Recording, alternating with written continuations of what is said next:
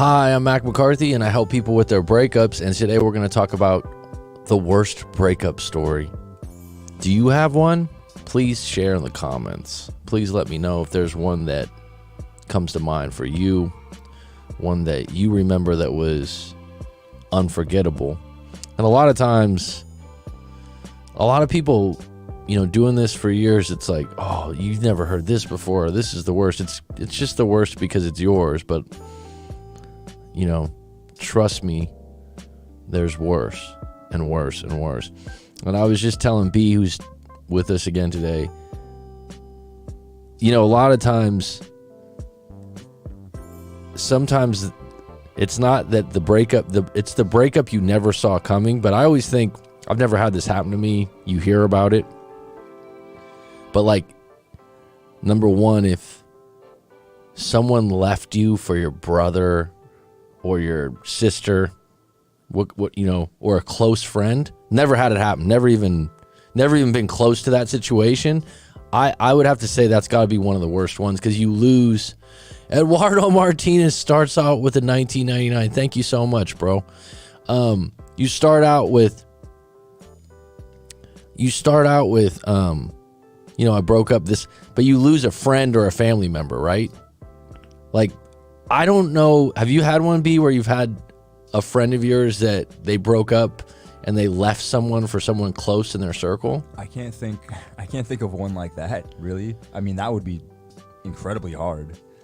But no, I haven't. And I really, over the years, all the stories that I get and all the coachings that I've done with different clients and stuff, I don't think I've had that specific case. Obviously, that's happened. Oh, yeah, that's got to happen. I've heard of that happen, through other people. Sure.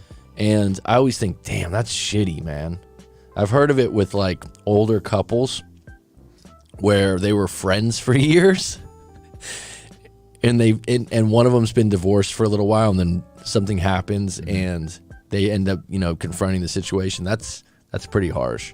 I think the other part would be, there's women out there, I suppose men too, but women more out there that have put up with maybe cheating or lying for a long time, and they know that their husband or boyfriend cheats, and they put up with it for a long time, and then they eventually get left.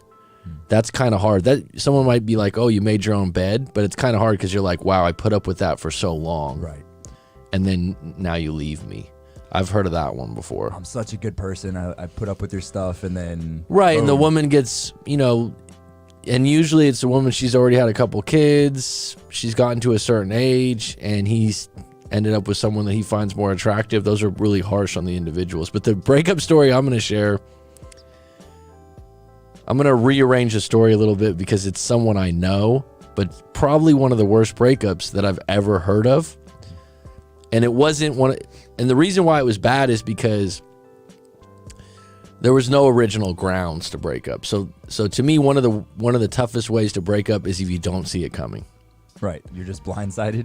Literally. Yeah. Right? Yeah. Those are the ones people have the most trouble with usually, and why wouldn't they? That'd be the most traumatic thing. We like surprises. In a good way, though. But bad surprises are traumatic. They're traumatic. Those are PTSD things. Right. So those are probably the ones that are really tough. I had cases, brother took over, brother's wife, people coming from cultures with strong tradition. Yeah, put it in the comments if you guys have one out there that you think is pretty bad. And I'll drop my story to share in a moment. But B, you said what would you say is the worst one that you've witnessed?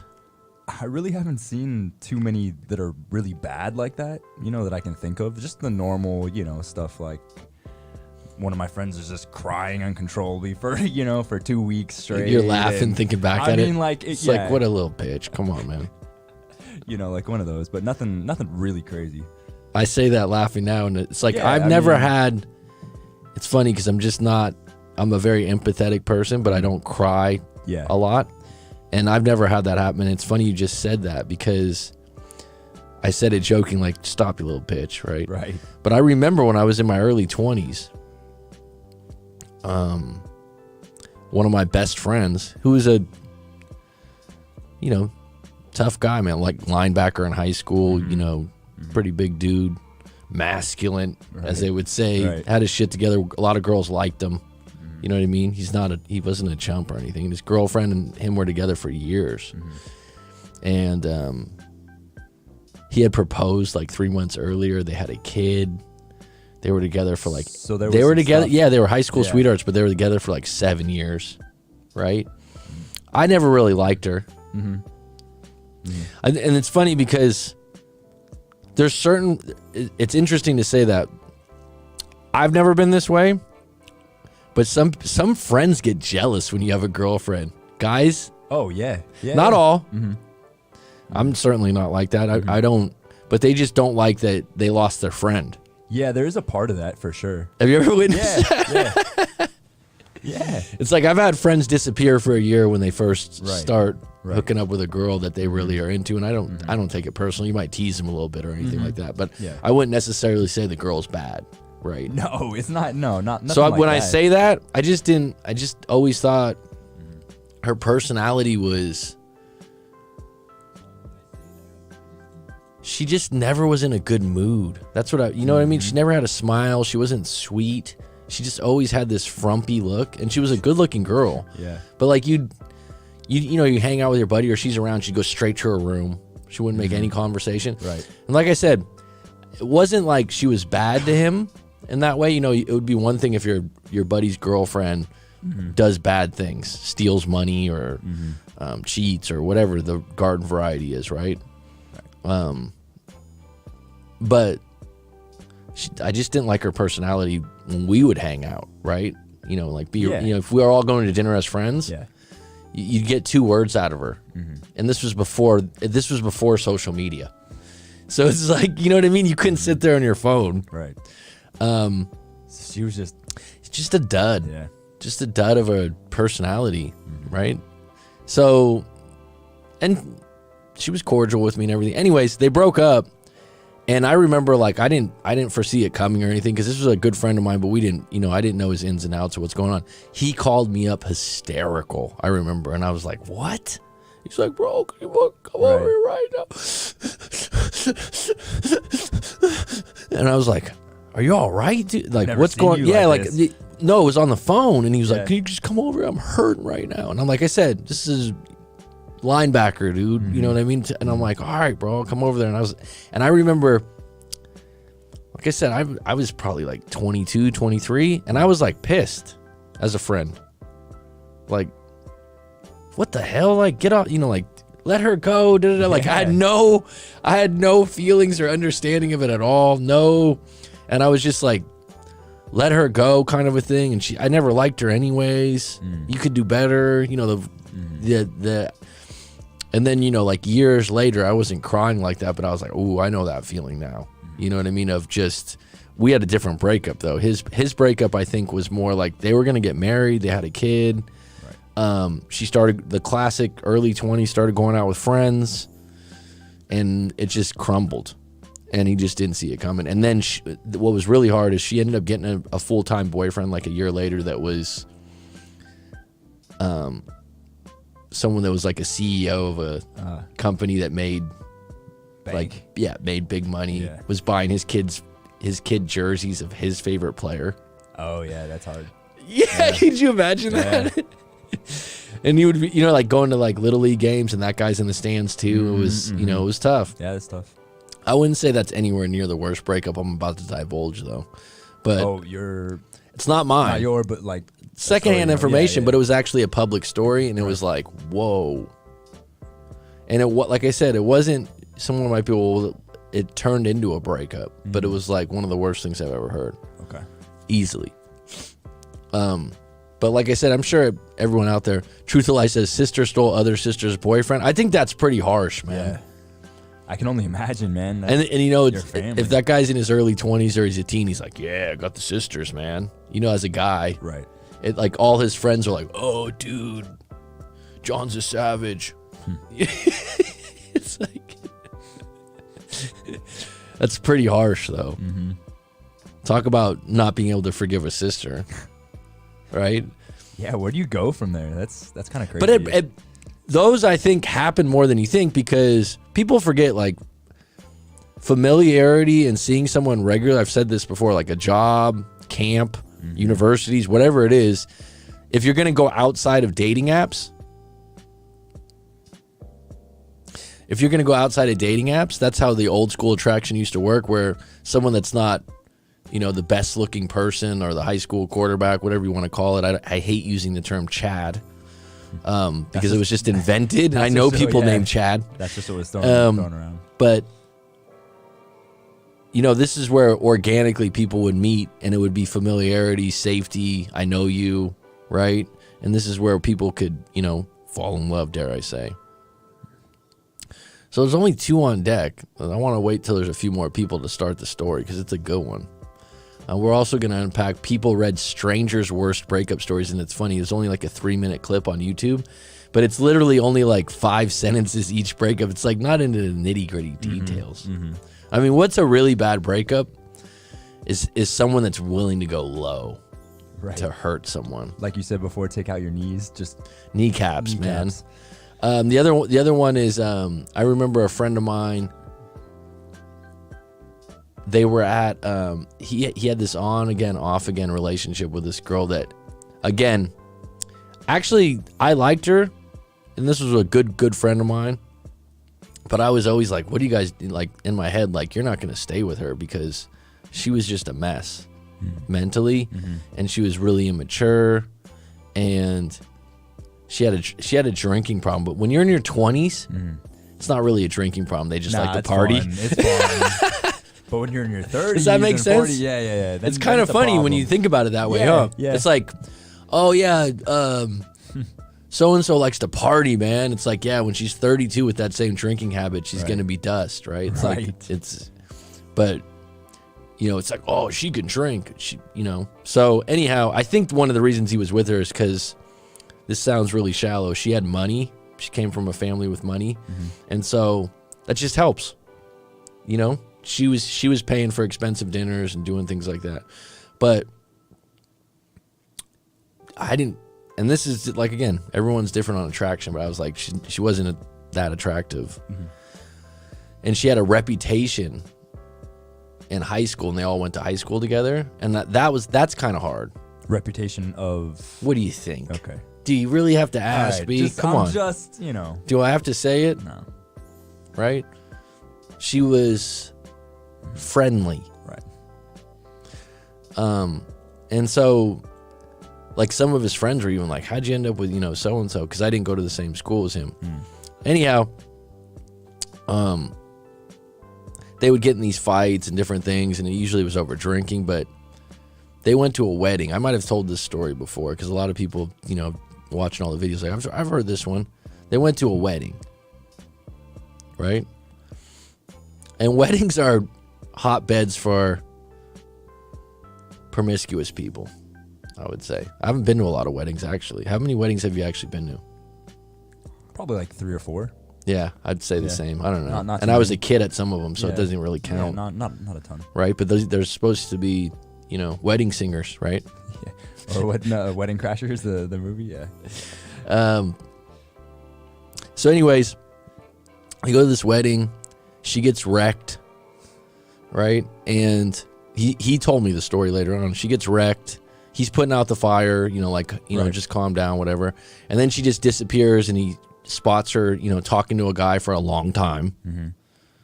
And you know what? The guy probably spotted a wounded on the savannah, as I say. That was, that might be, she's really interested in me. Yeah, she's had, 5 drinks, dude. So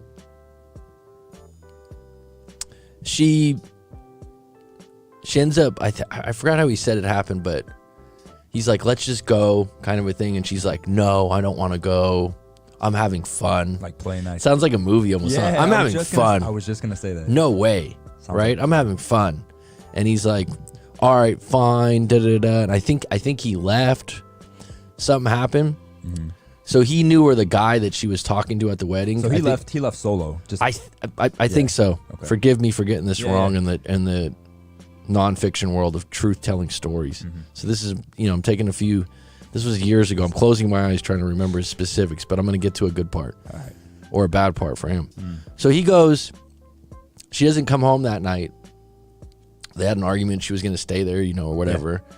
She was having fun, so he left. She doesn't come home that night. So he goes and parks out in front of I believe the guy had an apartment, and he knew where that guy lived. So he knew who the guy was. It wasn't a friend of him, but, mutual friends or sure. something. And he fucking staked it out, bro. Wow. He did a stakeout, and her car was there. Right. A lot of people do this on cheating. They catch him red-handed. So he caught her red-handed. Instead of going like Cheaters the show and like confronting her, like knocking on the door. What did he something? do? Yeah. Stayed in his car. Waited. Why? Why would he do that? Why do you think, B? I don't know. I honestly don't know. So she left. She didn't come out with the guy or anything, but she left the house. Yeah. She was leaving. Yeah. So, you know what? He wants to call her up and be like, hey, did you get home last night okay? Because they want to see. They always want to see, are you going to lie to me? Right. Okay. Let me hear what you say. This is one thing I've learned in coaching. If someone catches someone cheating, a lot of times they want to put it in a bottle. They want to jar it up for a little bit. And then they want to see how much more you'll lie. And it's always like, well, they already lied. By doing it. Right? Yeah. So he calls her up and she's like, oh, yeah, I just got home late. She just tells this big whopper of a story. Right. And he's like, really? Yeah. And he lets her carry it on. And then I think finally he brought it up later on. And she was like, oh, I didn't do anything with him. And I didn't want to say anything. Just went into all these excuses, right? But to me, that was one of the worst because I was like, he's like, he got a coffee and was on a stakeout. He did a stakeout mission. That's crazy. It's pathetic. It's bad, dude. That's tough.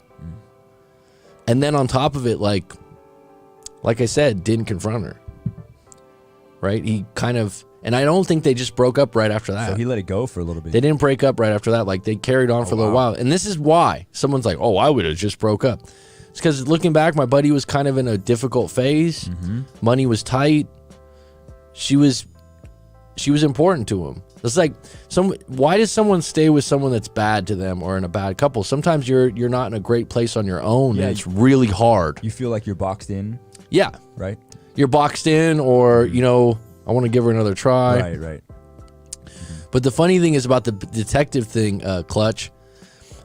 I've had another friend. Now this just opened up a few stories that was actually. I mentioned this before in another show, and someone was like, "That's illegal." Illegal.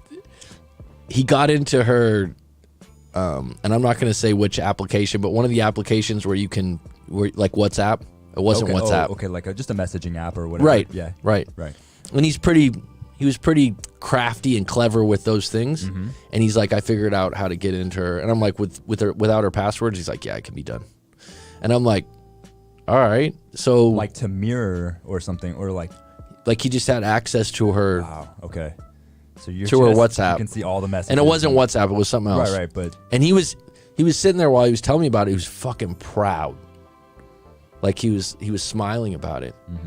And he was catching her having conversations with her ex-boyfriend. Like real time stuff going on. Wow, that's so crazy. So she would be like, "Oh yeah, I'm not getting along with him," and she'd say like, "Oh, when you come back to visit or something," her ex-boyfriend lives somewhere else, this, that, and the other. And he was collecting all this daily, right? And then he said he would go, "Hey," he would create a question that she'd have to lie about. Right, like he and I was like, why do you keep going with it? Because he's like, I just want to see how far she'll lie. And I'm like, that's dark on your end. Yeah, that's really dark. I think part of it was they had a business together. So he wanted her, she served a purpose in the business. Right. And so he was strategically playing the situation until he found a replacement. Sounds really dirty and dark, but. Was he also like piling up, like evidence and stuff for like a breakup later on? Well, what's crazy is that when they finally did break up and she was lying, he just pulled that all out, and it was just like he had it all available. And so think about this for a minute. How do you think she reacted when he pulled it out as a woman? Like I would say that like How do you think she reacted? How could you do that? Like, how dare you or something? I don't know. That's my first thought. She just got more angry and upset, that's right? what I like. And how like, could how you do this to me? Like, well, you were checking my phone, Right. It's like, right. Well, it kind of. I mean, isn't it funny when people get caught instead of just going, you got me. Right. I'm sorry. Right. Like, but I mean, you back somebody into a corner like that. You get more angry. Yeah. But I mean, she is right though. Like, that's a little, like hacking into somebody's, personal accounts and stuff. It is. Man. I've never done it. I don't condone it. I've had a few clients that have said like they have the password, to their, like you could just go in and get it. Yeah. Or actually, I've had more than one client, especially people in their early 20s that are like, dude, I actually know her code. She's never changed it, but I never told her I know it. And they check it regularly. They go in and. Yeah. And it's never like full on cheating or talking to an ex. It's more like there was a guy. This is what they usually find. There was a guy that liked her at work that they're not hooking up, but they're talking or whatever. She's carrying on. Right. She's carrying on. Right. And he knows about it. So it happens more than you think. Like the amount of people that get caught in phone stuff. Well, just the availability of everyone now, like, at the touch of a button on your phone, like you can just reach anybody anytime. The hardest thing, and now another one comes to mind, right? This client he was like on Discord. He was into video games and things like that. And he had a group, like a big group Discord for, I think, a video game group or something like that. I'm just going to generalize it a bit because I don't know exactly what it was. But they were a big group, and they'd talk a lot. And he just had dirty talk. Like him and this chick on there started talking, and they would just dirty talk. I think they sent some pics, maybe. And they did this for like months. But he's like, we never hooked up and we never met up. But it was done. Thing. I think he said they did it for like 6 months. Oh, wow. Right? Yeah. And he said, and then it went away.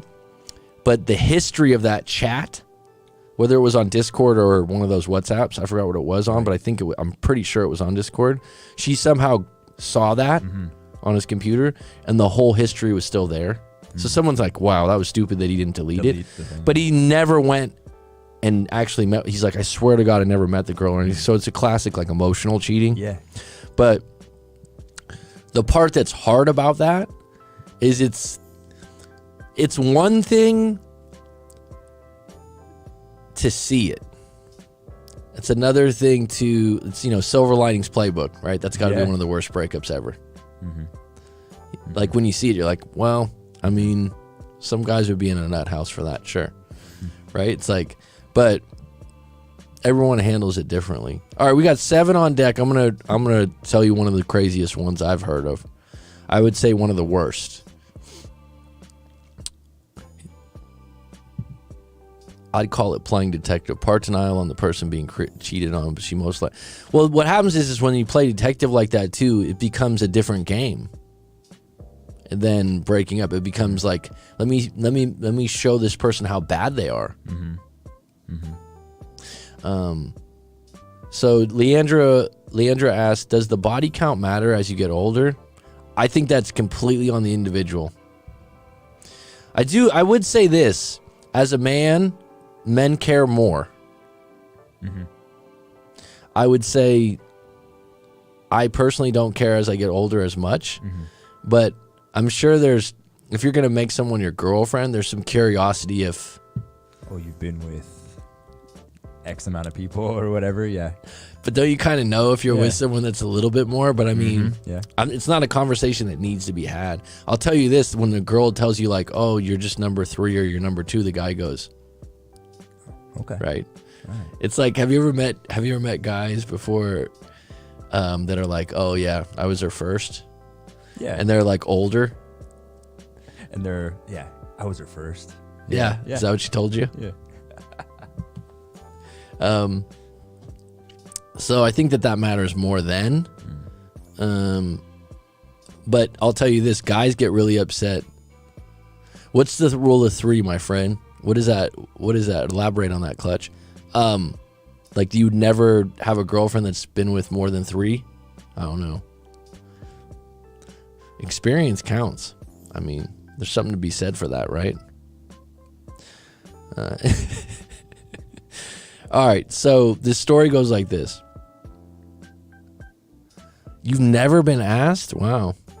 The story goes like this. So this is someone I knew, right? This isn't just a coaching client. So this is somewhat personal, like you. Yeah. I'm gonna change the story to protect the people out there a little bit. But basically, what happened was, he was in a relationship, good-looking girlfriend, good relationship. They had been together for a couple years, lived together. And this is gonna be a little brutal for some people. This is a little shocking. And he used to drink. I wouldn't say he was, like full-blown crazy, but he was known to drink regularly. The partier? Yeah, a little bit, but he wasn't a bad guy or anything. He wasn't like someone that would get in fights or like an alcoholic or anything. He just like to I party. mean, it depends on what, I said, when you're in your 20s, hey, that dude's fucking parties, man. Right. But you're in your 40s and you're like, okay, you need to slow it down. It turned into an alcoholic, right? It's a different game. It doesn't age well. Right. Right? Doesn't age well. Doesn't age well. So it's just like hip hop artist. I told you at the Super Bowl, the halftime show, I'm like, God, hip hop it doesn't age well. It's not like the Rolling Stones, man. Like you think of them as youthful people, you know what I mean? So getting back to it, he got drunk. He had some friends over, and she had like a small cat. I think the cat was a little cat, and he sat on the cat by accident. Like a kitten or something that he accidentally sat on? And the cat bit him, right? Like hard. Yeah. And he instinctively threw the cat against the wall and killed it. I wasn't there, but the story was in the fucking newspaper. Wow. That's how I found out about it. Now, let me go a little deeper. Throws the cat against the wall. There's friends over and they're like, fuck, man, I think you like killed the cat. Because I knew some other people that were there and they saw it, right? So then he's drunk and everything like that. He takes the cat down to an alley that's close by and puts it in a dumpster. Right? Because and the girlfriend comes home and she's like, where's my cat? Where's the cat? And she just senses something's off and there's a little blood drips in the hall. Okay. You with me? It gets thicker. More? Okay. So he's like, I don't know where it went. I think it ran away. Right? And she's like, no, she doesn't believe him. Like there's something off about it. Right? And I think probably I wasn't there, but the people that were partying with him probably had faces on them. Yeah, I'm sure. Like, right? That's a pretty traumatic. So finally she brought her like dad and her brother over to like confront him and be like, where's the cat? And finally he broke and took her to the cat. I think that night.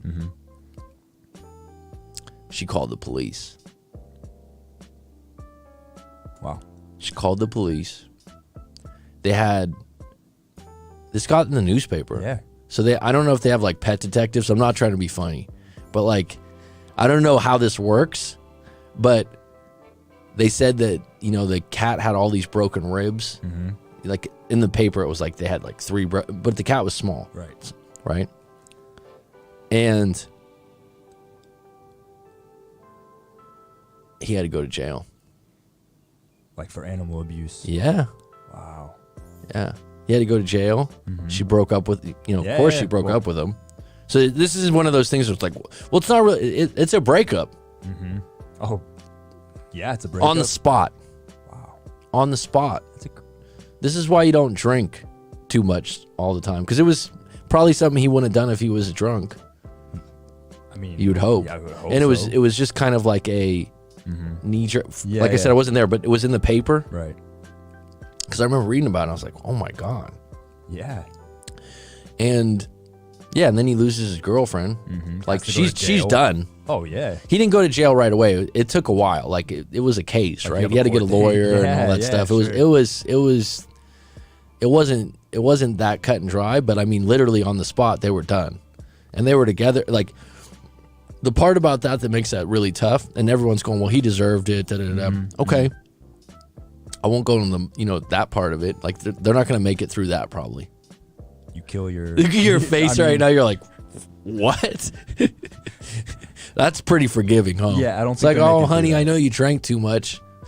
But and you killed the cat. right, I think that the fact that he was able to show it to them afterwards and like it was brutally, Or that he didn't just come out and say, "Hey, like, right, this was a right." And horrible like I said, accident." I kind of know the guy, and he's not a bad person, and he's not a violent person. So it was pretty out of character, like in yeah, that regard. But still, like, unfortunate situation. But you go from like living with your girlfriend, and I remember like they had a good relationship. They were a good couple. Dust. Lose it all in a day. That's why you also don't drink and drive, to be honest.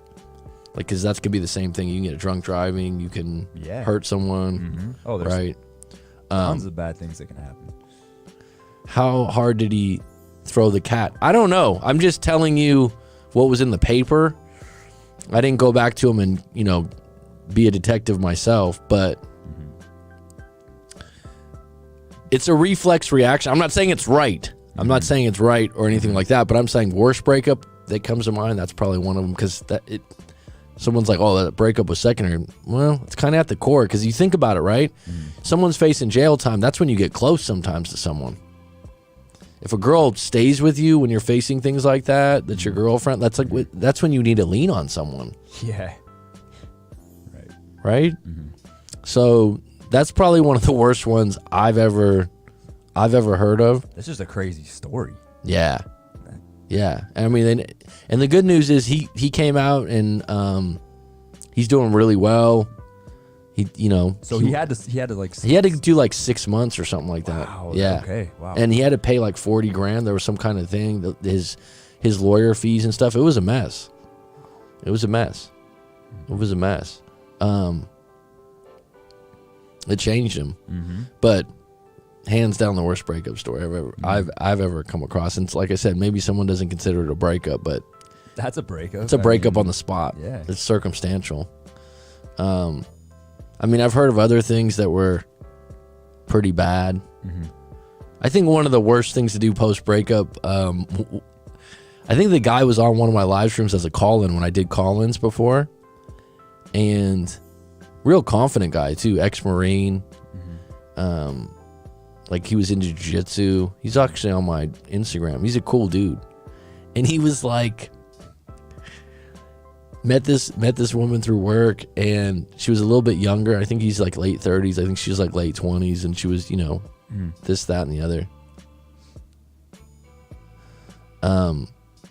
They ended up breaking up like a year later, and she was shady about some things, and he thought she was seeing someone else, and some things went wrong.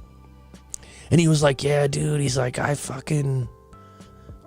I'm going to tell the truth, man. He's like, I contacted her ex-boyfriend through Instagram.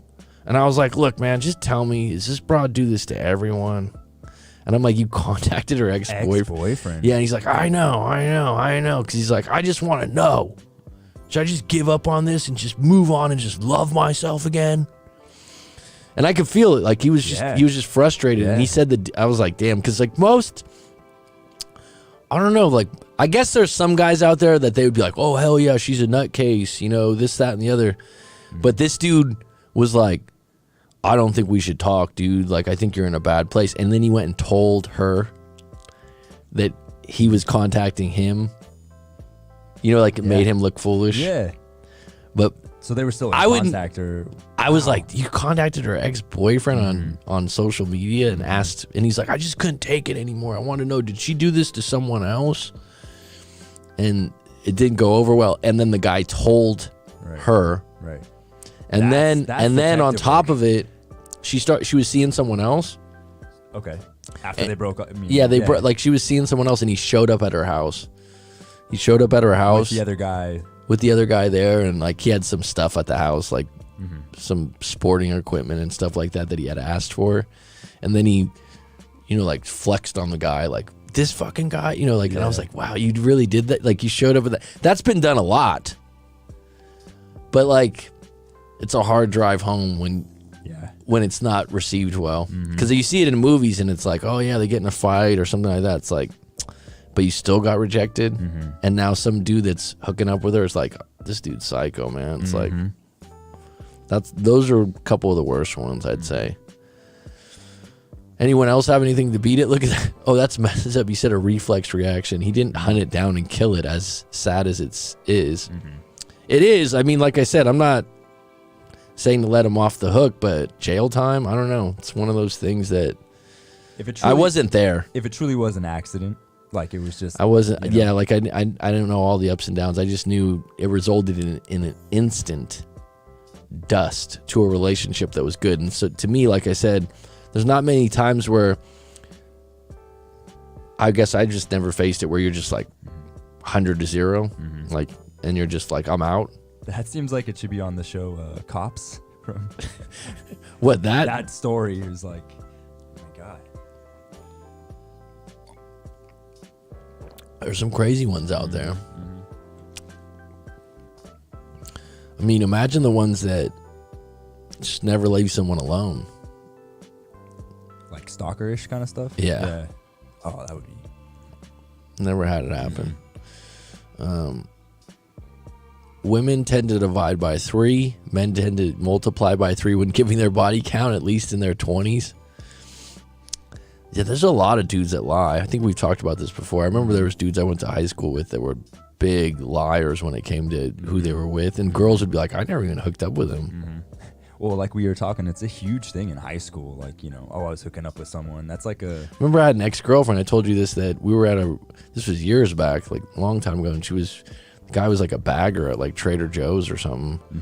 And she was kind of quiet around him. And then when we left, she's like, yeah, he told everyone that we had hooked up at this. And I was like, he lied. And she's like, he just lied. Wow. She's like, he just lied, said that, you know, that we had hooked up and stuff. I was like, who does that, man? Because apparently a lot of people, I guess.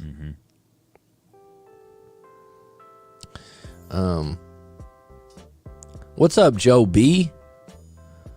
How you doing? The older you get, the more you realize lies will screw up your social circle. Seriously, man. I mean, Joe B, do you got a crazy worst breakup story in the history? I bet Clutch has a few, not just your own, but people you know. Just people you know from secondhand. What were you saying earlier before we started this, though? B, that you knew someone that just couldn't get over it. Yeah, it wasn't, you don't know what their breakup was, but she was just... Yeah, it was a friend of mine in college, and just like, it took like weeks of like just laying on the couch. I mean, you know, the typical thing like that you see in movies and stuff like that. It's like I saw it firsthand. Like she just couldn't get out of the room, you know. And it was a friend from college, yeah, you said? Yeah. So she was a female? You have female friends? I do, yeah. Hard to believe, no. According to Red Pill's like, you never have. You would never. You're just full of shit if you've got a female friend. And yeah, it was just like couldn't stop crying for days. You know, like one of those just really hard. Like I had to go over and get her stuff, you know, from her, like, you know, shit, their house. And you had no alternative motives to hook up with her? No. You weren't trying to clean the field up? No. Little vulture on the set? She was just a close friend. Yeah, she was just a close friend. She was just a close. So you went to the guy's house and you went. Yeah, and he was I think they'd been together for a while. So like I'd hung out with him previously. Like I knew him. He was a cool guy. So like we were cool and everything. And he wasn't that broken up over it. And I think that's what made her even worse. Like he wasn't like really sorry or anything. They just totally, you know, he broke up for maybe another chick or something. I don't know. And when you went over there, you're like, hey, man, you're a jerk. No, I was cool. No, not at all. Not at all. Not at all. He was a cool guy. Like, I had no problems with him, and they just broke up, so it wasn't like anything bad, and she just couldn't. I think one of the ones that surprises me that comes to mind, there was a client I had but I've had multiple ones like this that's just a storyline that I've seen before where the guy was really successful. I'll just leave it that. I won't say what he did, but he was borderline to famous at what he did, right? Like made a lot of money, and he was one of those that, like, before we got started talking, you know, had to tell me about this. Which was fine. Like, his body of work, what he did, I'll just say he was some sort of artist, and he was very proud of it and his work and how far he had come, and he did really well, and he was in a position that he could say that and stand by it. And then he also was telling me how I think he had a little time of he didn't call it like he was a pickup artist, but that he was very good with women and very good with social settings, and he was kind of trained in this area. So he's like, I'm going to test you, like as a coach, like if you really know how to deal with. And I was like, go ahead, man. All right. It's fine. Game on. I dare you to put me in a situation where I'm uncomfortable with your breakup, you know? Yeah. It's like, it's fine. Let's talk about it.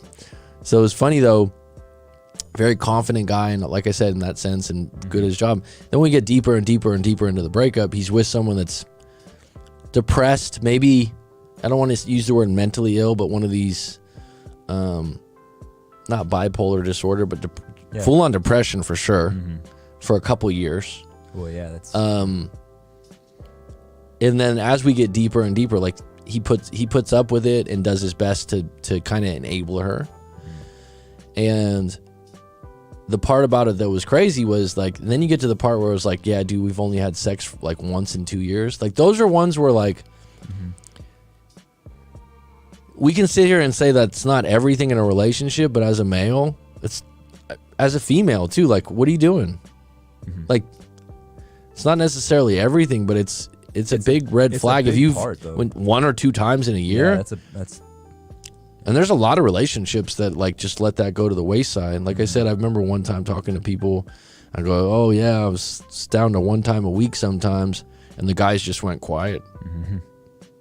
Like it's worse for them. Like they didn't compare or anything. Right. And I'm just like, wow, if you can't get once a week, but everyone's different, you know, everyone's different on that. But the when he said that, and he told me how successful he was and how good he was with dealing with people and knowing people, and then I'm like, damn, but you're in a relationship where you haven't had sex but like 1 or 2 times in 2 years. There's ones like that. They get into all the details, and then it comes at the end. It's like, well, to be honest with you, I haven't been. I'm like, well, what's that all about? Because it could be a variety of things. Sure.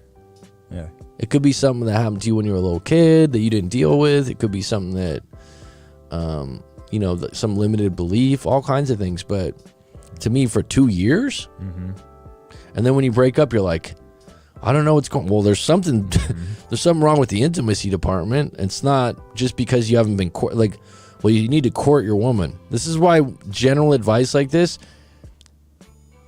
Just had an email recently. Oh, you need to keep courting your woman. All right, so like, that's true. Like, keep dating or whatever. Like, keep things going or whatever. But sometimes that's not the problem. Let's unpack it a little bit. Yeah, it's not like I just stopped courting her. A lot of times, if you got into your details of your breakup, it wouldn't have been because you stopped courting her. It could have been a variety of other things that happened. That a lot of times, if you stop courting your woman, I don't even like that phrase. I don't know why. Do you even use that, B? No. Do you court? No. A lot of times you stopped courting because it wasn't working. A lot of, you know what I mean? Like, so you just gave up on it? Well, it's not that. It's like you're being rejected by your own girlfriend, or it's not, you go out and you try to plan this date or something, and you go and do a bunch of stuff, and it's not being received well. Why would you keep doing that? Right. Someone's like, well, why wouldn't you just break up? Well, then their feelings are involved. So that's a different ball game. I did a video with one of the worst ones this weekend. Guy moved across the country with his wife of 20 plus years. So that's an achievement. She cheated on him, dumped him on Valentine's Day, and gave him an STD. Wow, that's a trifecta. Here's the thing, 20 years. That's a long time. Oh, that reminds me of one that I know of. They were married 20 plus years, and they moved to Thailand, and she left him in Thailand they moved for like a year or something. After they moved together. Yeah. And she left him for some guy in a traveling band, or I don't know if that's an old school term, like a traveling musician. Yeah. And they were married 20 years, and he's like, I think she had a plan. He was beside himself, man. But to dump somebody on Valentine's Day, that's got like a personal, like, I'm trying to get at you. I'm sure it wasn't planned. You don't think it's planned to do that? Like on Valentine's Day to be like, nah, I'm good. We're done. Like, I think that a lot of I think means I don't know. So I'm not going to speak for everyone, because I always filter for that, folks. I think means I don't know. It means here's my hypothesis. But yeah, it was planned. Well, why would she be so vindictive? So, all right, let me just come from an objective standpoint here. If they were married 20 plus years, she cheats on him, gives him an STD, that obviously wasn't planned. But dumped him on Valentine's Day. To me, there's some vengeance there. Right. I would just wonder in those 20 years, did he maybe cheat on her and she knew about it? Or did he do something wrong to her? Or why would she feel provoked? Because that's just hurtful. Like I said, there's no way that I think she planned the STD, even though that's not a good thing. And cheated on him. I mean, that doing something like that on Valentine's Day, people put so much on these holidays too. Valentine's Day is a lonely day for a lot of people in the world. They put a little extra weight on that, especially people on their birthdays too. It's like it's like I get the most calls from people that are like, in 2 weeks it's my birthday, so I'm just wondering, are they gonna call me? It's been no contact. It's You know why? Because as human beings, we put so much weight on like birthday parties and your birthday being special. Well, B doesn't. He doesn't tell anyone his birthday. You're a silent rider on your birthday. I've always been that way. It's been, I don't know why. You didn't have birthdays when you were a kid? I did. Did you have a bad one and you can't ever have a good one again? It wasn't even that bad, but I remember you had a bad one. Not like where people didn't show up or anything, but it was like it was a pretty bad event. That's why you don't do it then. Maybe, but it wasn't like one of those where I'd be all like, right, nobody showed up and whatever. Let's unpack the PTSD birthday party. It was like at a roller skating, like venue, and like. Did you have knee pads? Possibly, I have no idea. This is like probably when I'm like 9 or 10, maybe. I don't know. 9 or 10 roller skate party, and a gang like fight broke out, like where it was bad. Oh, real gang. Yeah, a real gang. Like, and you weren't part of the gang on either side. No, I was 10. And like a real gang scene like erupted in Warriors come out and play. That's what it was like, and people were like, bloody everywhere. It was crazy. It was they were locked in like a little room. You know how like you have those little rooms like for like parties a party and room? Stuff? Yeah, and we were all like, as 10-year-olds, there was, I don't know, like 20 of us in there, like locked in there. It was insane. But I don't know if that has anything to do with that. You were locked in the room? We were locked in the room. Like it was like a lockdown. And the next year you're like, Dad, I don't want to have a birthday. Possibly, yeah. I'm telling you, it's that simple. Life experiences, like, all right, if you're scared of, I learned this through hypnotherapy and stuff too. It's like, if you're scared of spiders, you weren't born that way. There was learned. You got bit by a spider, or your parents were scared of spiders, or someone taught you that. Mm-hmm. You can undo it, but that's funny. Mm-hmm. That's funny. And I look back at it, and I don't know if that's why I just don't care about my birthday or whatever. But did you have a birthday after that? Yeah, I'm sure. I can't remember though. No, I definitely. But were they were like, stay in the room. Yeah, and you heard them like getting in. You heard them fighting. It was like a room with like glass, like. So you saw them hitting each other. Oh yeah, throwing. Like how heavy those like roller skates. So they were hitting each other with the roller skates. Yeah. Ooh, that's brutal. Oh, I'm telling you, no, it was like legit gang, like 2 gangs going at it. In where we're from, there can be some bad areas. Yeah. Do you know what I mean? Oh yeah. It was like one of those. And roller skating rinks are usually in the badder areas. Mm-hmm. Batter. Yeah. We had a roller skate ring in San Mateo where I grew up, and I never had that kind of experience. But it turned into like someone bought it for their office that was like a .com company kind of thing. Oh yeah, like a cool place to have there. But wow, man, now I know why you're so weird about your birthday. Mm-hmm. You have revelations of roller wars. Maybe I just don't want to violence to erupt or yeah. At least you guys were in the room. Yeah, and they were like, don't leave the room. Oh, yeah. So people were eating their cake, watching these guys beat the shit out of each other? Yeah. It was like that. Mm-hmm. People were like jumping on top of tables and like throwing, no like guns or anything that I remember. Like no one got shot or anything like that, which was like possible, but it is. How long did you have to stay in there? I don't know. Maybe like half an hour maybe. And then even when you left, you guys were looking around, huh? Oh, yeah. Like we were trying to. Was your dad there? Yeah. Oh shit, man. I mean, I was 10, yeah. So it was like, He didn't go out. He didn't go out either. He stayed in the room too. Yeah, I'm thinking we were all kind of like from the party. We were all in the room. Yeah. Man, that's crazy. Mm-hmm. That just makes me think of when I was. This is kind of just a random side note. We'll get back to the chat in a minute. But I had a birthday party at a bowling alley, one of those bowling parties. That was fun, actually. When you're a kid. Yeah, those are cool. This is funny. So we used to always play like I think like 2-hand touch football, and someone bought me a Nerf Turbo. I don't know if you guys remember those with a little spiral. The Nerf football is a soft football, so we were playing out back, and someone threw me a long one, and I was running like full fucking speed. You know how that goes, like. I fucking ran into like one of those giant garbage cans. Fucking like folded me. Full on, like sprint. No, I was like Tweety birds around my head, dude. I don't know where the ball ended up or what, but I went straight into a fucking one of those big garbage cans, the big ones. I remember that as a kid, but it didn't make me not want to have a birthday again or anything. I didn't mess you up. I really remember like it smashed me, dude. Probably had a concussion. I just remember being like, where'd the ball go? You wake up being like, where's the ball? All right. That's funny. All right, so there exists a personality disorder where when they disconnect, they don't want to just dump their partner. They want to destroy them because it allows them to deflect the internal issues. What's that called, Clutch? So they're just building the evidence to like... No, I mean, what I've noticed is for me to simplify that statement, and I don't know what the personality disorder is, I certainly think there's a time when people unknowingly or unconsciously dare someone to break up with them by things they do, or they unconsciously, I would use the word dare, or... Like they're just testing them to see how... But I think the worst is like, they're doing bad, but they make you the bad guy. And that happens sometimes. The discard. I've never heard of that.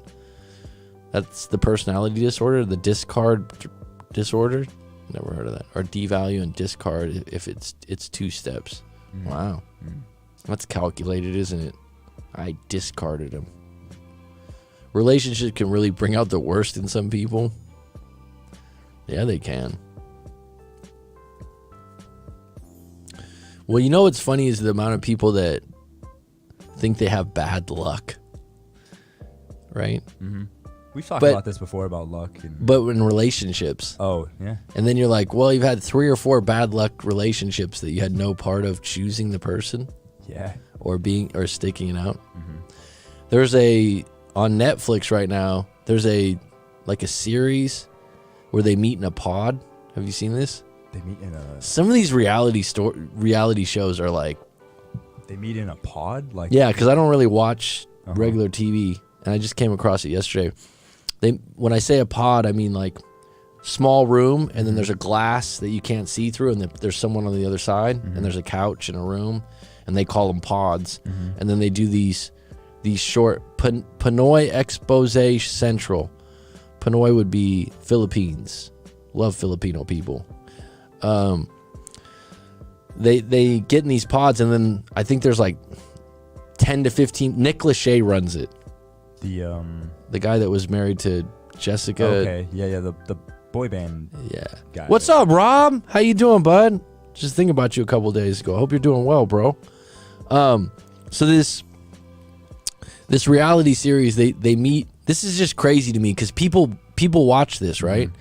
And they're like, oh yeah, this would work, right? These people are all late 20s, early 30s. All right. So someone that now deals with breakups for years and sees personalities and how things unfold in different relationships, really fucking interesting, really different than my perspective before. So this is funny. So they're introducing the people, right? They're introducing these people, and there's like a mixed bag of different cultures, different races, different, like personality, different jobs, but they all are, there's no homeless people in the group, right? They're all generally... They all look like they got dressed at Banana Republic. Okay. I'll just say that, dude. Right. They that's the thing about these reality shows. They have a stylist or something. Like, do you know what I mean? Yeah. No one's... Everyone's dressed the same theme, right? So they talk to the women, and all the women, they start off with like, since I was young, I've just had trouble meeting guys, and I want someone to be with me for the rest of my life. And I'm just ready. I'm just ready. Mm-hmm. And the dating world right now is just not good. Mm-hmm. It's just, And so this one Asian girl comes on, and Asian American, and she's like, a lot of guys just assume because I'm Asian, I'm just going to be submissive and quiet. But I'm, your face right now, what I said. And she's like, and I'm not. I have an opinion. I like to talk about things, and I like to, speak up. And she goes, and these guys are like, at the end of the date, the guy will be like, wow, you really surprised me. I didn't foresee that from you. And I'm like, what does that mean? And I'm thinking to myself, he might not have meant anything about you being Asian. What you're thinking of? Might even just say you have a soft voice or your way you're dressed. People get so hung up on that. You know what I'm saying? That's your assumption. But they had this other guy, and he was like, I know I'm a tool. I know I'm a tool, but I don't care. He said that about himself? He said, I know I'm a tool? I don't think I've ever in my life. What's the definition of that? Because I used to not. A tool, like, I don't know, just like not a geek, but like, I don't know, somebody that's like awkward or something. I don't know. So, anyways, so they meet with these girls in this pod space, right? And so like a guy will be on one end and the girl will be on the other side, and that like what they're saying is at the end of the show, like they'll meet up 10 times and they'll be able to ask one of them to marry them. I swear to God, dude. Oh, okay. And in my head, I'm like, this is ridiculous. Are you serious? Why would marriage is hard enough. Full disclosure, I've never been married, and you're going to get married meeting someone through a fucking iPod or a pod and a glass, and these people are like crying in the interview rooms, like, and this one guy, the girl tells this story, like she goes, when I was young, I was really fat and I lost like 70 pounds, right? And he goes, and the guy's in the other room and he's just like this.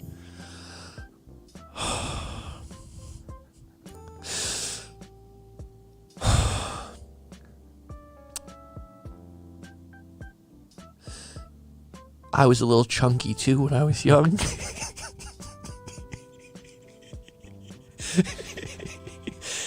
And she's like, were you? And he's like, yeah. And then when I got to college, I started to exercise and work out. Not too much, but I got in shape. Yeah. And I know what it's like. Right? So it gets better, right? So it gets better. Like they're talking afterwards to like their friends, because the guys and the women and the guys are separate. And she's like, and he's like, we had a connection. Shared trauma. I may have, dude. He's seriously telling everyone he's gonna marry her after sharing that. Just that one. After sharing, story, I was fat when I was a kid too. Right, and I was just like, this is cultural of American. What do they call that? Reality series. Oh yeah. Oh my goodness, dude. And then the other woman that was the Asian woman that was like that. She had met a guy. And they connected on the chat, and she was telling her friends, I'm inviting you guys to the wedding. Because me and Shane, it looks like he's the one. And I was like, and you're wondering why you've had trouble dating? Oh my God, man. It's called Love is Blind, the TV show. Okay, there you go. Love is Blind. Yeah, man. And it's one of those things that's bad, because to me, I'm like, so here's the funny thing about the announcers, right? Like the Nick Lachey and his wife and stuff that are make-upped out and all done up. It's like you're walking people into getting married, meeting 1 or 2 times. That can't be a good thing. Come on. I mean, I don't know. Like I said, marriage is hard enough. I don't know if I would just go on just a one date, or basically, and then let's get married. It's just funny seeing some of the people. All right, is anyone if anyone wants to share their story, or they got a question, Pinoy expose, or sometimes you're not always on, Rob, throw it in the chat and I'll get to it if you had a quick comment about that. We got a storm coming through. You see the banana leaves going here. A little action for you guys in the background. It's been going crazy here, actually. Yeah, the last man. day or so. I don't mind that it rains here in the tropics because it never gets below 70. It's never cold. So I was just telling a friend that it's 70 to 90 all year round. Suits me just fine. Never have to water the plants. All right, so we had this. People read strangers' worst breakups. I just pulled this off YouTube. It's only like 3 minutes, but I'm going to share it with you guys and give you guys a little review. It's not a long-winded thing, but it's so funny because they're not really stories of breakups. They're like 3 sentences. And that's the thing. Like anyone's bad breakup, it's like there's so much more to the story than 2 or 3 sentences. There's so much lead up to that, right? All right, let's take a look at this. I'm kind of curious myself. Like I said, if any of you have some questions about your situation, your breakup story, or whatever you're going through right now, throw it in the comments, and I'll get to it afterwards. All right.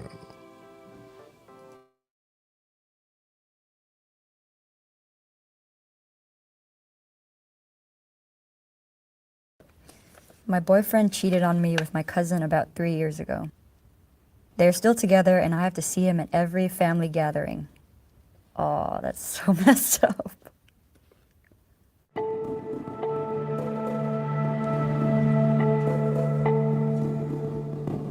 Isn't it funny that it's human nature, though, to laugh? Yeah.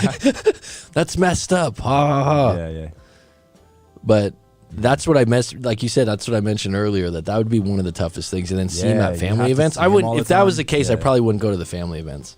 I wouldn't find that shameful. If it's really that, I'm saying like your girlfriend or your wife that you really were right, into. if you were really hurt by And it, it's your cousin, your brother or something, you're at a Right. Christmas party and you're supposed to act natural. Nah.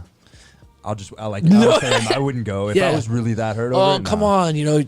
Everyone has to forgive. Fuck you, dude. I wouldn't. Yeah, Like, I just wouldn't go. you'd like to think that would never happen. But you know what? I know some guys out there, when they have girlfriends, they're very selective about who they hang out with for those reasons. Because there's certain friends, whether you think that's being insecure or not, that are a little shady. They're the friends that brag to you about hooking up with guys' wives and shit like that. So there is a way to be a little bit more selective of who you hang out with. But you'd hope you just choose one that would never do that. Never even entertain it. Yeah. Yeah.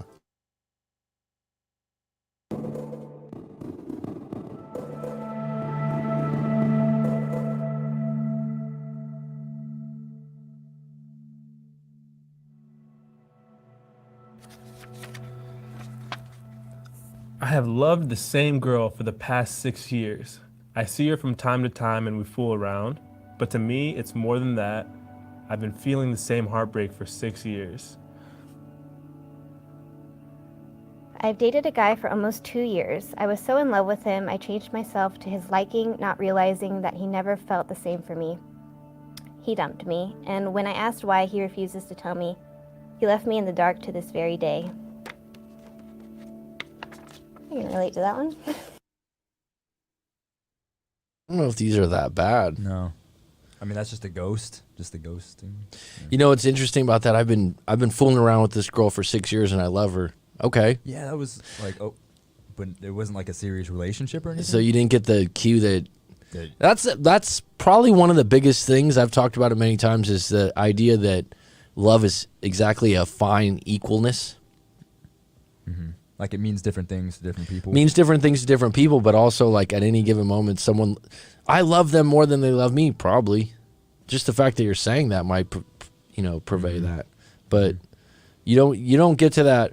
When people get to that promised land of like total unconditional love, which is not everyone, because not everyone has a great relationship with their parents, but you have it with your parents. Like, I know that's not a romantic relationship, but you know what I mean? Where there's no equal. There's no like, I love my mom more than my mom. Like, no. Just we know that it's infinite. Yeah, you just. And I think with relationships, it doesn't really get to that point for years. You were just shaking your head. You know what I mean? But it does get to that point. Yeah. But like people that are like, oh, we were fooling around and I was in love with them. I don't know. You know what I mean? Like you were just fooling around from time to time or whatever like that. Well, you're also jaded in the sense that you're in love with someone that doesn't love you. Right. Like you're fooling around. Like you. Obviously, he wants more, or she wants more, whoever's saying it, and they don't want that. But there's a lot of times when relationships start for a year, 2 years, 3 years, that honeymoon phase. People are at different parts in their life, different places, Yeah. whether that be money or work, happiness. Sure. And the level will be unequal a little bit. Someone will be needing someone more than the other person. And that can change. That can, Absolutely. Right. I think if you get into like, well, I love you more, it's like, it's not a competition, hon. You know? All right, let's get back to this scene. I had someone do something very similar to me when I was in college. Ended up getting back with his old fiance. Didn't tell me about it. I wish I wouldn't have put so much of the blame on myself, because at the end of the day, it was something going on with him. I feel like so many people are so hard on themselves in relationships. I was in a long-distance relationship. Everything I felt was real, and I believed it was real for him too. We each kept a journal to write letters, and when we saw each other again, we would read them out loud to each other. It was something special. But his friends didn't believe in our relationship and pressured him to burn his journal. They recorded it and sent the video to me. Jesus Christ. It was tormenting and traumatizing. I'm astounded by the cruelty exhibited. Well, there's a lot of clarity there. You obviously are better off without an individual like that, but here's all the stuff that I've written. talk about peer pressure. Jesus. Yeah, I didn't really like their friends. They decided to burn my my intimate love letters to them. And video it, and We shouldn't be laughing about it. But I mean, it sounds really. That's fucked part up. of me is like, how old were you in this? That someone would even go that far. But this, I've had, going back to like worst breakups, I've had people that some of the worst breakups are friends influencing, and then they blame the friends. But it's like, no, the individual that you were with is impressionable. And if they're impressionable, that's probably not someone you want to be with, because they're going to be susceptible to whoever they hang out with. A lot of different information. They're going to be susceptible every time. Yeah. Right?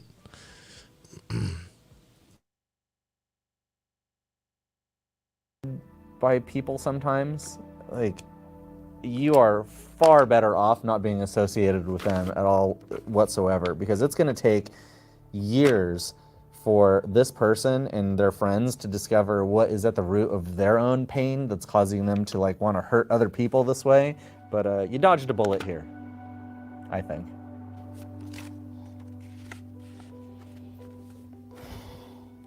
My worst heartbreak would have to be when my great-grandma passed away 5 days before my 24th birthday. I usually get a picture with her every year for my birthday, but not this year. My father was never a religious man, but when he had liver cancer and was at the hour of his death, I saw him pray to a God. I had never seen him so scared in his life, and it broke my heart.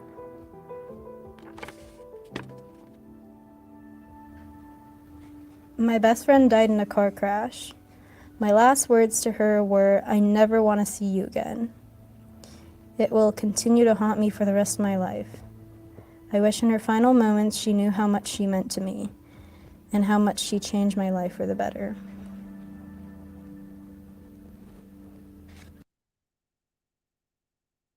I never watched this video before, but I didn't know that those were mixed in. But it shows you how much heavier those are than Oh my God, yeah. some of the breakups, right? Yeah. Because even as hard as a breakup is, it's recoverable. You don't know it when you're in it. It feels like it's Yeah. the end of the Right? fucking world, but yeah. You got to get out and get your resources and get some people out there. But like those kind of death stories, that does bubble up one of my clients that she thought, man, it's hard to even say because that was harsh. She wouldn't mind me mentioning it too because she comes on the chat sometimes. But yeah, she had a fight and she thought he ghosted her. Do you know what I mean? I know where it's going now. Yeah. And she found out years later that he died in a fire in his house. Wow. And she had like, we did a session about it and talked about it, and she was really hurt because she had assumed that he ghosted And her. she was carrying that for years. They had been in a fight. That's crazy. That is crazy, huh? Yeah. That's pretty touching, huh? It's like, but that you could see how that could happen. It could happen. I'm trying to think of like, well, I mean, Because they fought, and then she didn't know any. the way the family or fight. I'm whatever. not going to Yeah. go into the details of the Right. argument, but the that's- argument. But you have to realize you can't. It's tough, huh, Clutch? Like, when you look at stuff like that. Puts it into perspective. Sometimes now, and I don't know about you, Clutch, because I think you still help people with their breakups and relationships. Like, sometimes, often now, when people get into this no contact and all this other stuff, I literally spend time with them saying, well, break it.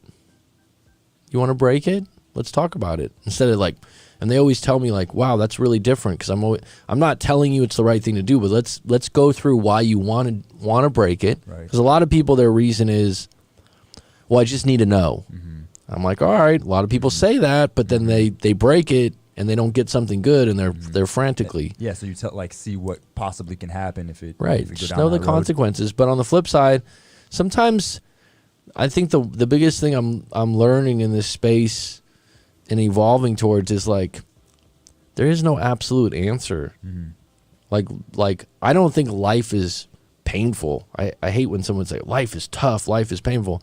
Life is up and down and all around, and sometimes you have plateaus and these different things, but like, it's funny how we heard some of those breakup things, or we're joking around about some of these other things, and then you hear something like that's really heavy, and you're like, wow, that's upper echelon heartbreak. Puts it into perspective. Like you told off your Sure. friend and they ended up in a car accident and they passed away. Jesus Christ. Yeah.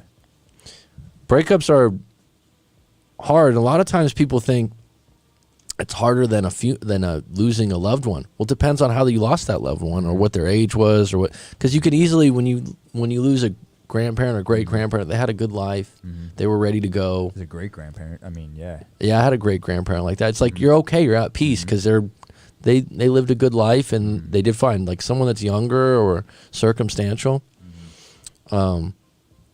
But it's funny, and it's also like what resonates with you.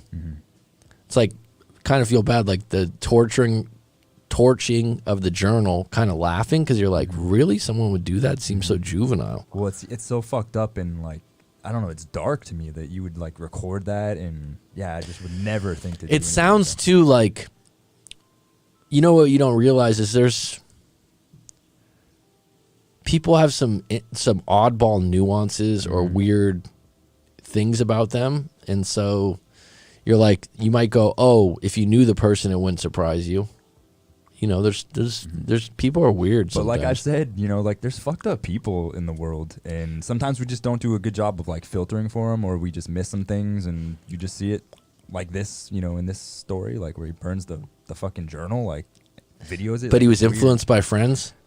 It's kind of like, I'd like to hear his side of the story too, like whoever did that. Just to balance it out, what was going on, man.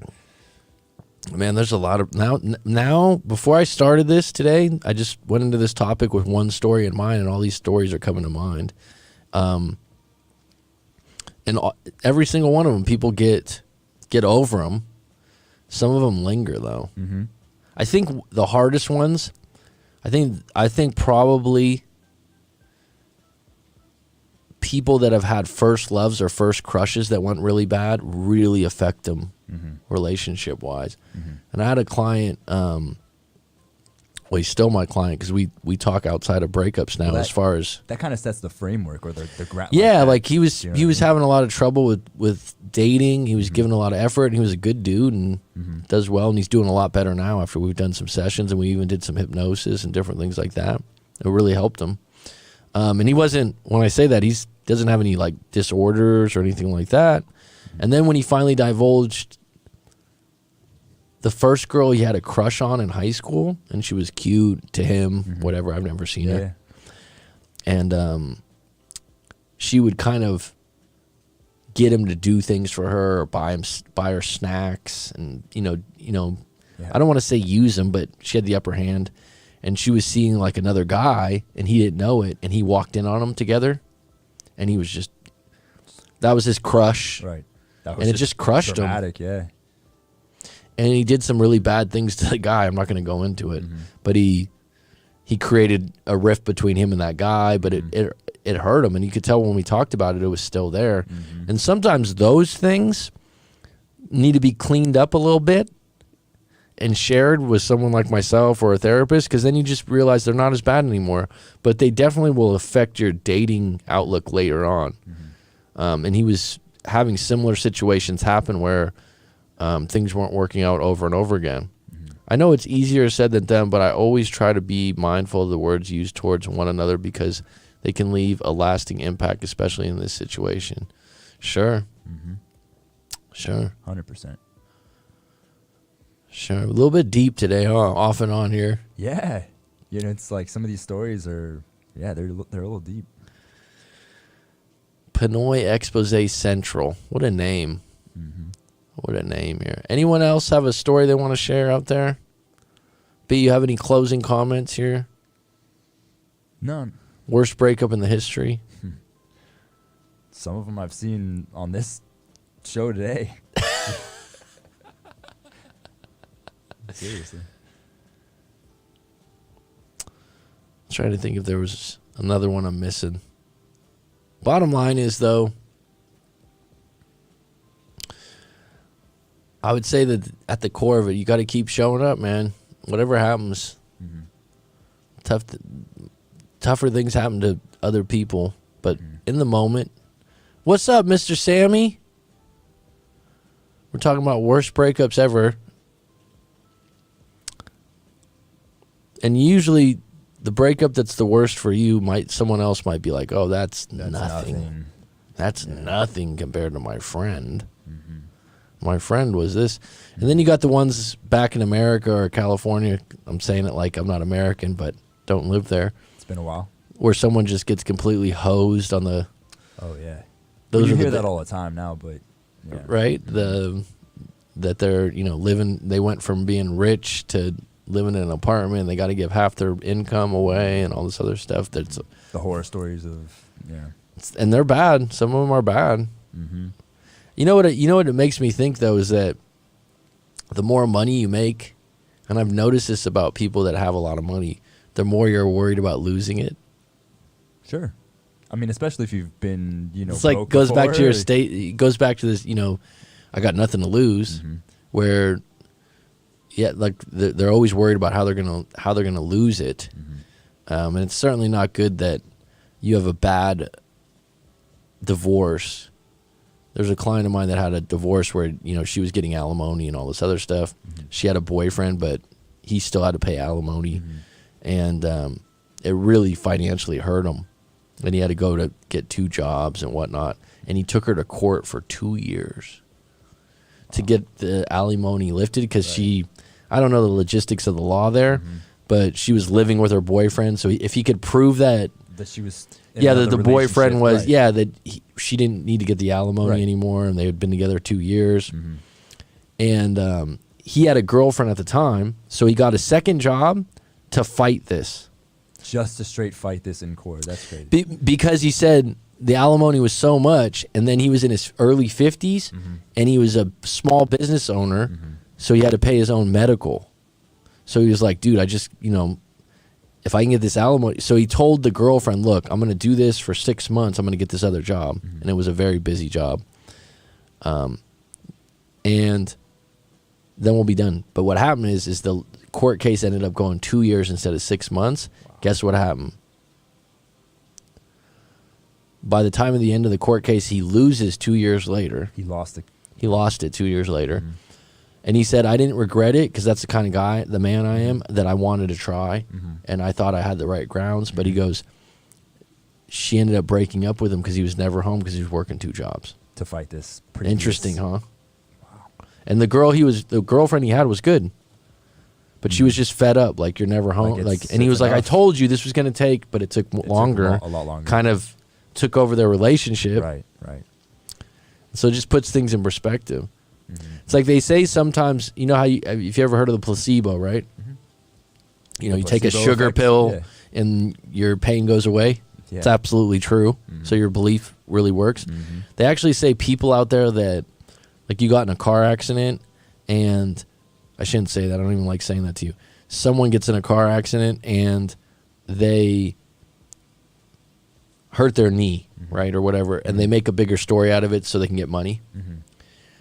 Well, if it's prolonged, let's say it's prolonged for 2 years, and their injury gets worse, it's a placebo in the opposite direction because you need to keep the injury to get the money. Right. So they're just constantly telling. Yeah, themselves they'll be like, I don't know, my knee's gotten worse. They'll go to the doctor. They'll go to someone that's like a hypnotherapist or someone else, and they'll be like, you might want to just let go of this case. And they're like, well, I'm waiting for this money. They're like, well, if it's going to take 3 or 4 years, your knee's going to because in your head, you kind of need your knee to be bad to get the money, right? There's a good documentary on that. It might be called The Placebo Effect. Do you know what I'm Yeah, like? it's really, that's it's a really reverse point of what I'm saying, Right. where part of you is making it bigger than it is to get the money, which whatever, right or wrong, but it can affect you. Rob, I got dumped. It got really ugly. The person tried to damage my image across a lot of lines, looking for a reaction of me. Never got a reaction. I stayed firm, even though hurt. Recently, someone told her I was walking around with a cute girl. I received a call, and now the person is willing to talk things out. Interesting. Well, Rob, I know you, and man, you always got options. But this guy, he's That's good. right. He's good with women. He's That was always the right got way options. To play it. That was the right way to play it. Oh bro. no, yeah. Rob's one of those. This is a good example of he stays centered. You know, like everything's about staying centered, staying Grounded. stoic, not having a reaction. But guess what? When we'd have a heart-to-heart and a coaching session, then he can divulge his real feelings. You got to get out your real feelings. No one's bulletproof feelings-wise. It's like what he said. I stay firm even though I hurt. Yeah. So make sure you're able to talk to someone about it. And if it's the same situation, let me know if you want to talk about it again. But I'm not surprised. I've been through 3 divorces, 1 failed engagement. The last ex, the fiance, had my firstborn son. And of course, she bait and switched me once she had him. You can't make this shit up. Well, guess what? You're still ticking. You're still ticking, Mr. Sammy. And I'll tell you what, there's some people out there that don't even... You got 3 divorces. It means 3 women were in love with you. There's people that can say that's never happened. Yeah. At least you took some shots. And I'm sure you got a hell of a bit of knowledge on women and relationships now. Yeah. I hope you're not the guy, though. Someone's getting married and you're like, don't ever do it. If you dwell in the past, you may forget to live in the moment. Absolutely. For sure. My cousin's wife cheated on him with his best friend, which was married, and they were living with them while building their new house during COVID. Wow. Okay, so that's one of those cases. Someone's like, "Oh, that's horrible." The cousin should have never lived in the house. Like seriously. Oh, it's this big joke that the nanny always gets done. But I mean, it's during COVID, one of those things, you know. But do you know what I'm saying? Yeah, I do, but it's like one of those special circumstances, like it's COVID, whatever. But you're right; they shouldn't be living. It's not a good situation, bro. But like, COVID wasn't a great situation for most people, like. It's not a good. It No, puts but you're people in right. intimate situations. She Yeah, comes you're out of the right. shower. He, Yeah, like we were just in a. Your original cousin's paying the mortgage, paying all the bills. He's working his ass off 10 hours a day, and the other guy's home. It's not a good situation. I know it seems to be because you're like, oh, we're saving on money. I'm helping him out.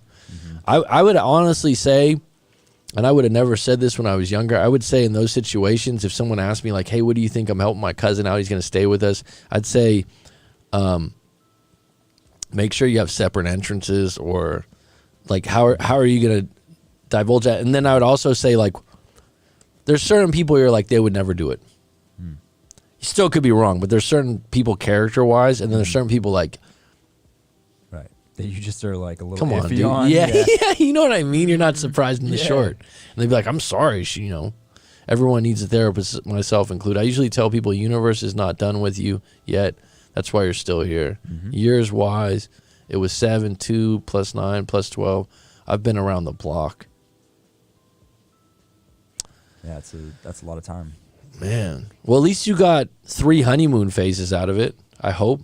Were all 3? Let me ask you this, because this is just silver lining shit, right? It's like, oh, yeah, what the divorce, right? But hopefully, if you had 3 marriages, there was a honeymoon phase of 2 years or a year and a half where you really were like, you know, why else would you get married? So at least you had those moments. Is that about 2 years, you think, like with the gender? It's different with different people. I know it is, but I mean, around that time, you think? I say 2 years is the cap, but I would say that some people are like, well, I've been living it for 7 years, and it's like still on the honeymoon phase. And I'm up from the outside. It's possible. It's possible. You know what I would equate that to? Finances are really good. Right. You just shook your head right away. Yeah. Finances are really good. You're both taking care of you're both taking care of your bodies, however that may be. And you're in a place where you really like living, like you enjoy the. Right. Those would be the reasons why that would happen. Now, why wouldn't it happen? Oh, I hate the city I live in. The opposite. There's gang fights at the roller skate ring. You know, which is not fun. My kid was having his birthday, and we had to lock him in a safe room. Well, get out of the Bay Area then. Right? So I would say that there's some things that would contribute to prolonging the you know, I'd say finances help quite a bit. Because if you think about it, it's not everything, but these days, it's a lot. It's a big strain if you're going to be together long term, because that's one of the benefits of being together long term. Right. And if you love each other and you want to go do fun things, cost money, man. It's like, so I would say that those are the reasons. Yeah, same situation we talked last. I feel a lot better. Options are growing fast, but just trying to stay calm at the moment.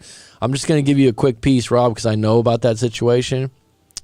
And you said that willing to talk things out. Now I'm willing to talk things out. I would say with what you told me before, I'd strongly consider betting on yourself to meet someone with less issues with you. Baggage there? Yeah. I don't know if she had baggage. It just wasn't it was one of those. I'll just say this, as men, myself included, Clutch, I'm not going to speak for you, but you can speak on this, Mr. Sammy, with your vast experience. Good intimacy carries the torch for men. We don't like to admit that. Absolutely, though. Yeah, no, you're right. Absolutely, 100% true. Yeah. It's a get out of jail free card for women. And if the intimacy's good, and I'm not going to speak on Rob's situation, I won't put it out there, but like, if it wasn't, intimacy is a general term, but I think people know what I mean. And attraction's high, that can overlook some other things, and that's okay. That's okay. But long term, it can become a problem. If that's the only thing, or that's the... Long term, it can become a problem, because if that spigot ever gets turned off, then you're going to be like, wow, I really don't like it. But on the other edge, like, how much are you giving in to your morals and values, or some things you don't like? Sometimes it's okay. Right. But it definitely, I think as I do this work longer, it doesn't apply to everyone, and no one likes to admit it, and people are like, no. But usually, it's like, you'll deal with a space case psycho for a while. If intimacy's outstanding and attraction's pretty high. And then afterwards you'll be like, oh my God, it's so nice to catch my breath again. Right. Because it's like they're taking your head and dumping it under the water and then bringing you back up, and then you're like, oh, okay, can we play now? And it's like, right. So that's just my experience a lot of times. First one, no honeymoon. I was in high school. Second, a small one. Third, yes, a really big honeymoon at the Hilton and Beach Resort called... What I mean by the honeymoon is, I mean that the honeymoon phase. You understand what I mean? The phase. And I just feel like when you go into a long-term relationship and you have a girlfriend, or for the females that are on right now, Flint, if you didn't even have a honeymoon phase, then like, you just had drama since the beginning. You know what I mean? I think that's a red flag to me. Like, all my relationships definitely had a nice honeymoon phase where things were just... And I would say out of the honeymoon phase, it maybe got mediocre or stagnant or boring, or you kind of like that bad, but just... No, I've never had like where, like these horrible things. But it should be really good in the beginning. Starting out, right? Yeah. That's why you end up That's why you end up wifed up, really, is because you're like, this. wanna Can this go continue- on for I the wanna next 40 continue it, years? yeah. Probably not, but you might get snippets of it.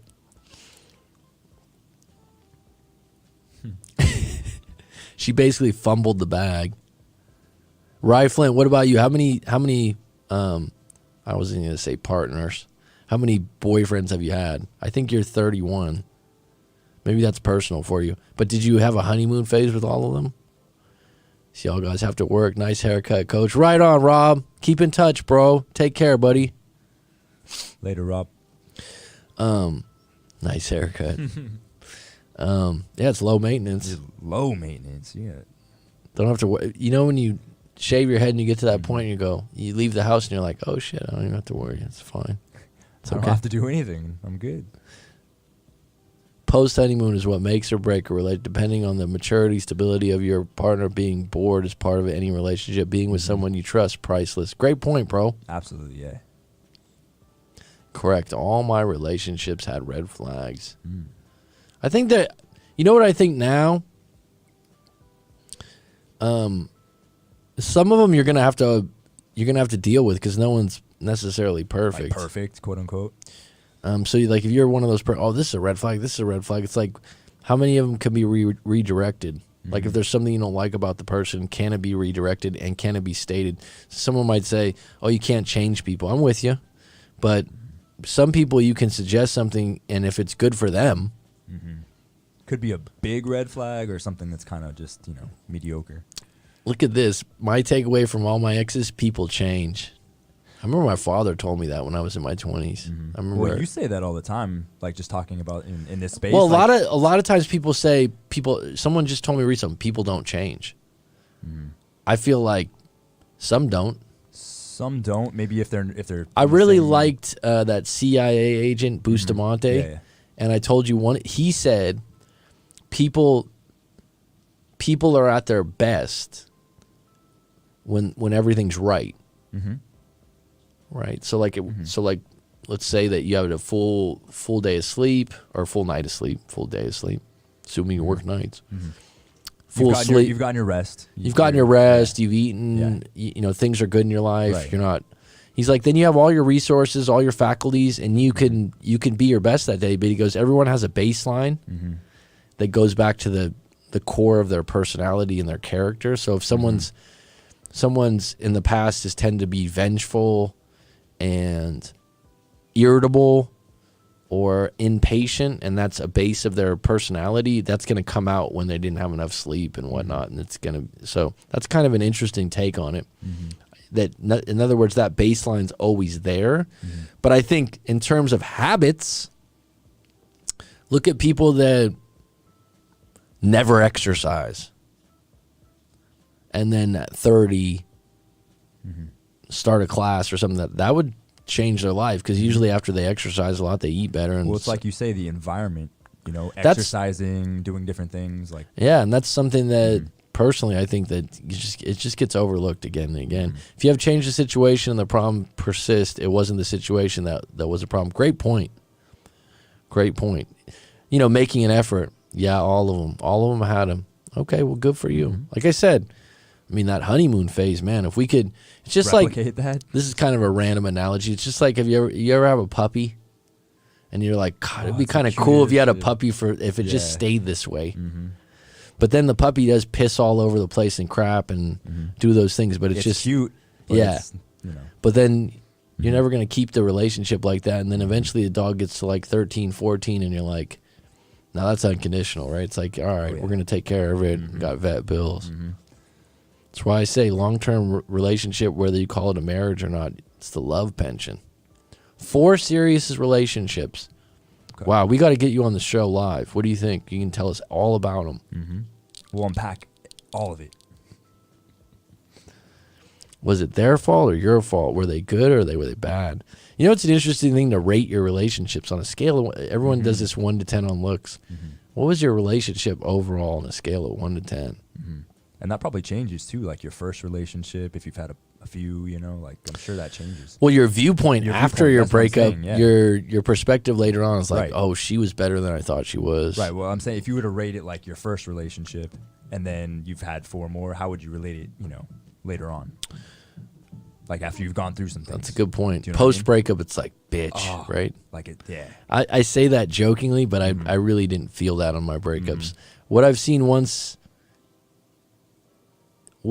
is once you wife them up or get them pregnant, great way to put it. Either or doesn't sound too appealing if it wasn't. Either or doesn't sound too appealing unless it was planned.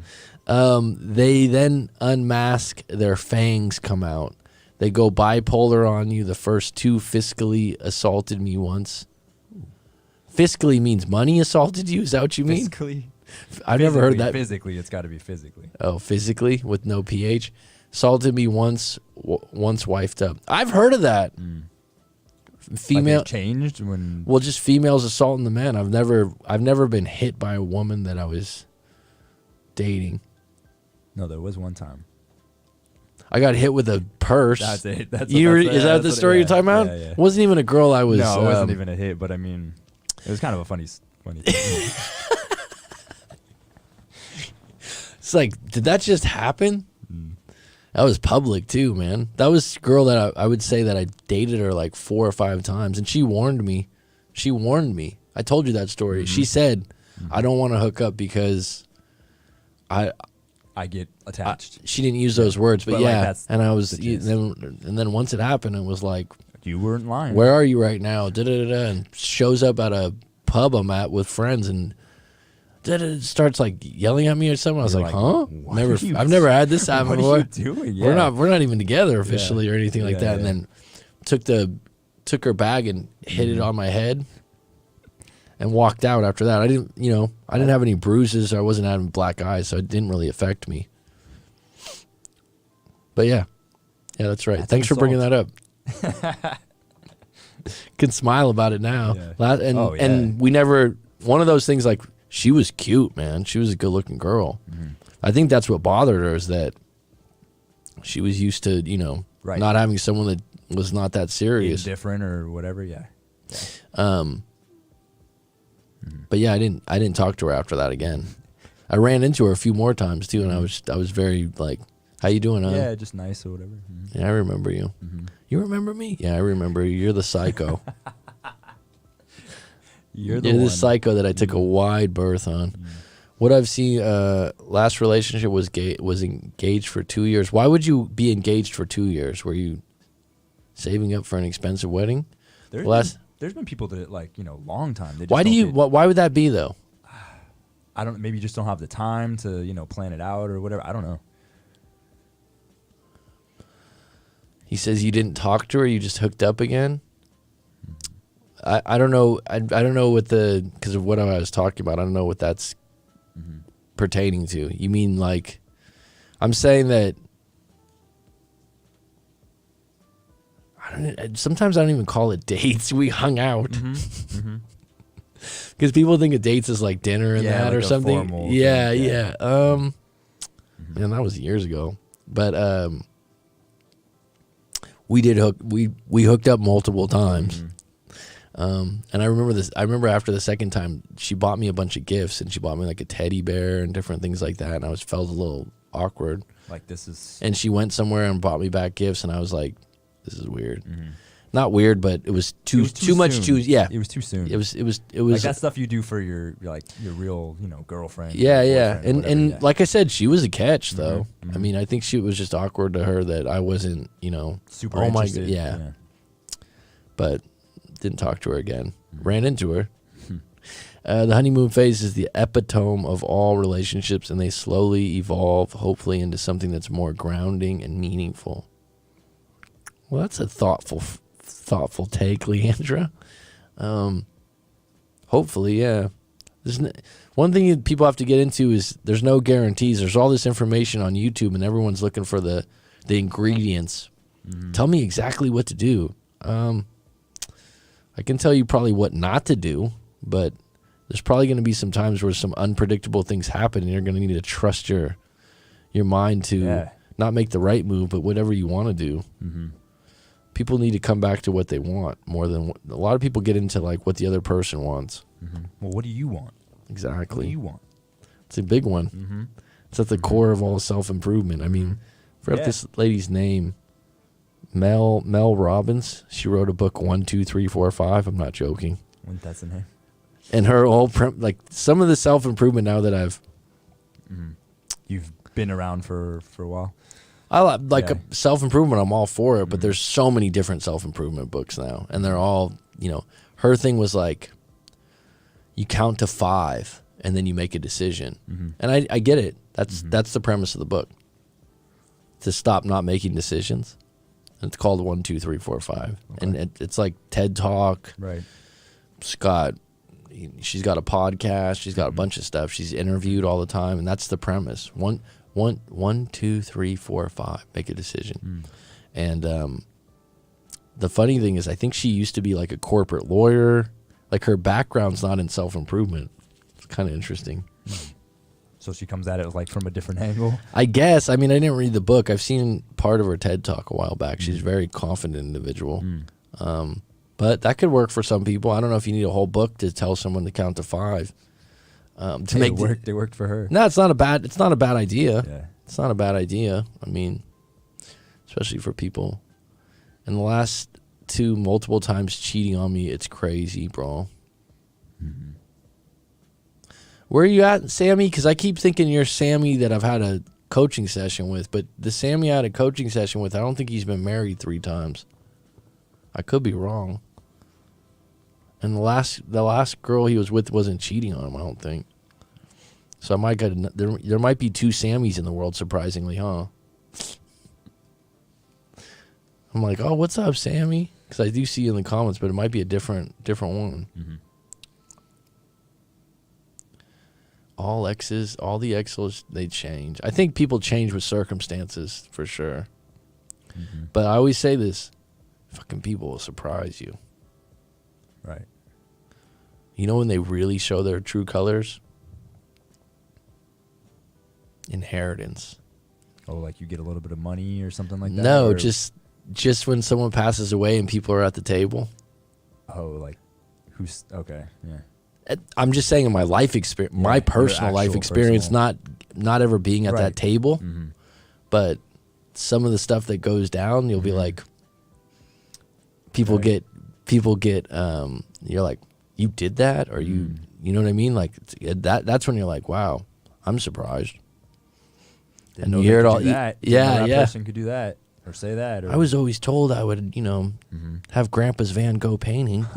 He told me on his lap. Wow. Oh, that's the only thing you want. Oh, the one thing that's worth, $100,000. Yeah, that's the one thing.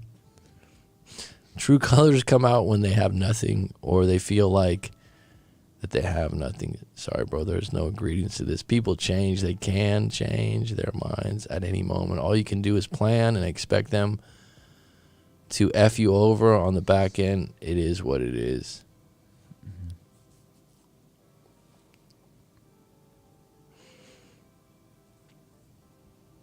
A friend of mine borrowed his Ute.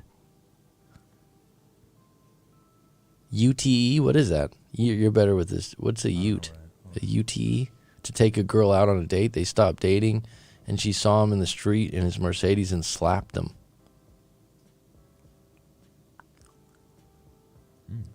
What's a Ute? A friend of mine borrowed his Ute.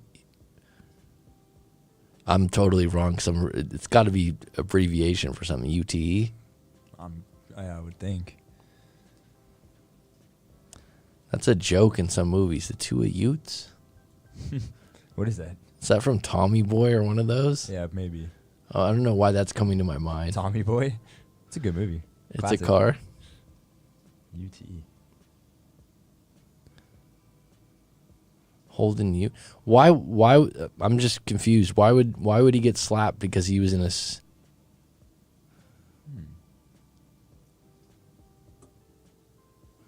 Why would he get? Okay. Why would he get slapped, Leandra? No, I'm out of Chicago. The Bears. Bulls. The Bears. Bulls. 18-wheeler over the road trucker. Well, my father's a Teamster. Same kind Where of thing. Yeah. B's dad was a truck driver too, or I don't know if your dad drove a big I truck. don't think you drove a big truck. No. He was a Teamster. Maybe. Yeah, he had a briefly. sweeter job. Yeah. Yeah. Well, I got a lot of respect for 18 wheels. Like I said, my dad, that's what he did for years. Grandpa did the same. Keep on trucking.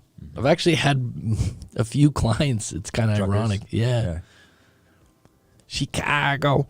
A friend of mine borrowed his mate's ute to take a girl out on a date and ended there until she saw him in the street in his Mercedes and she slapped him across it. Why did she slap him though? Because he had a Mercedes and lied?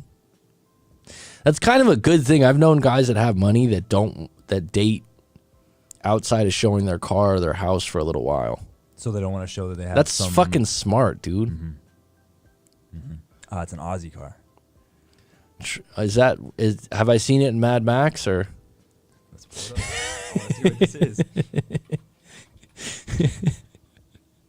Truckers are coming. There you go. That's what it looks like.